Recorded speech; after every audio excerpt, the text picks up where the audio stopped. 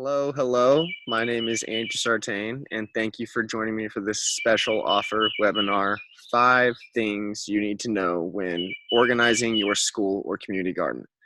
If you don't know me, I am the president and founder of Earth Rebirth.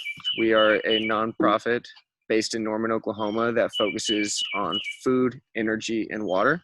For the last 8 or 9 years, our goal has been to help schools and communities set up gardens that can be an economic benefit, particularly at schools in Oklahoma where we have seen cuts in budgets and we have underpaid teachers, under-resourced classrooms. And so in Norman, we have managed after 8 years to get all 27 schools some sort of garden, so there's 100% participation in the school district. We're really proud of that goal, but along the way, we have learned a lot of lessons. And so in this quick webinar, we're going to cover 5 of the biggest lessons we have learned. Number 1, there is a big difference between a school garden and a garden located at a school. You can have gardens that are built in a big volunteer day or during the summer by a teacher and a couple kids, but if you don't find a way to engage other people in that garden, it is just a project located in a public area. And it can be very difficult to manage a garden if the entire school does not know about it. Engage the people around you. Let your administration, let your principal, let your teachers that aren't involved in science or STEM, let your parents and your PTA know about the garden. Get them involved in it. Let your cafeteria ladies know about the garden. Tell your story and get them to be a part of that story. Number 2 is every lesson or every failure is a lesson. It is important that you look at the garden as a place that is going to fail. School gardens in particular, they're ups and downs, and you're gonna go away for the summer and it's gonna have a little bit less help than normal, and you're gonna overwater, you're gonna underwater, you're gonna lose some things. Those are educational opportunities for your kids, for your class, for the people helping out in your garden. So make sure that's what you take it as. Don't get upset if you don't have a beautiful, perfect garden 12 months out of the year. That's not how gardening works. Number 3, one person can maintain a garden, but you will not be able to sustain it. You might be a superhero. You might be great at gardening. You might be able to take care of a lot of plants. You might be good at watering and weeding. There will come a time where you burn out.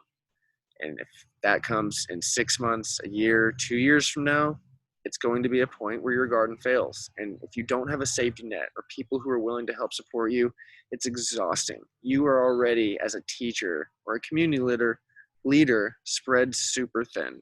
So make sure that you're not making this one of those projects that just makes your job more difficult. Make it one of those jobs that makes your more fun. Number 4, don't force the value you think a garden is supposed to offer, what you expected. Create the value that's actually needed. Gardens look different. There's not a cookie cutter solution for what a garden's supposed to be.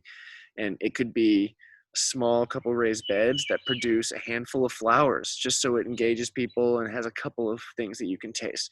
It could be a garden that is vastly full of melons and tomatoes and things that can really feed people.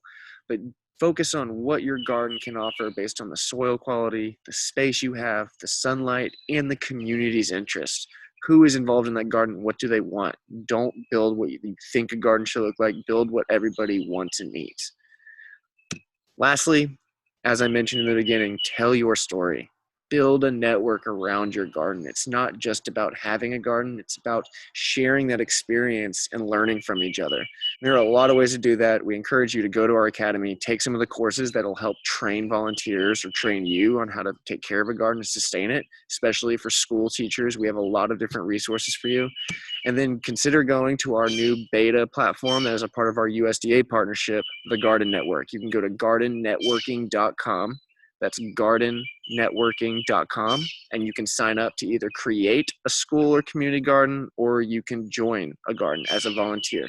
You can receive push notifications on tasks they need, and then eventually you'll be able to earn points for any of the tasks completed in your community garden to spend at local businesses and actually create an economic incentive to stay involved long-term in your project. Pretty cool. Lastly, check out some of our other resources, join our mailing list, become a member, consider being a nearby garden checker, join our social media and be a part of the conversation on how to improve your garden. We have all kinds of groups, including the Garden Network on Facebook. I encourage you to join it. Thank you guys for joining us for this very brief webinar. I hope you received some value from it. This is just barely scratching the surface of some of the resources that we can offer as a school or community garden. There is a lot that you can do, a lot of potential, and we want to help you. So scroll down below, consider joining one of the special deals for our e-courses that we're offering. A lot of them are free, and even the paid ones, since you watched this webinar, we're going to offer you a special discount. Dream big, act bigger.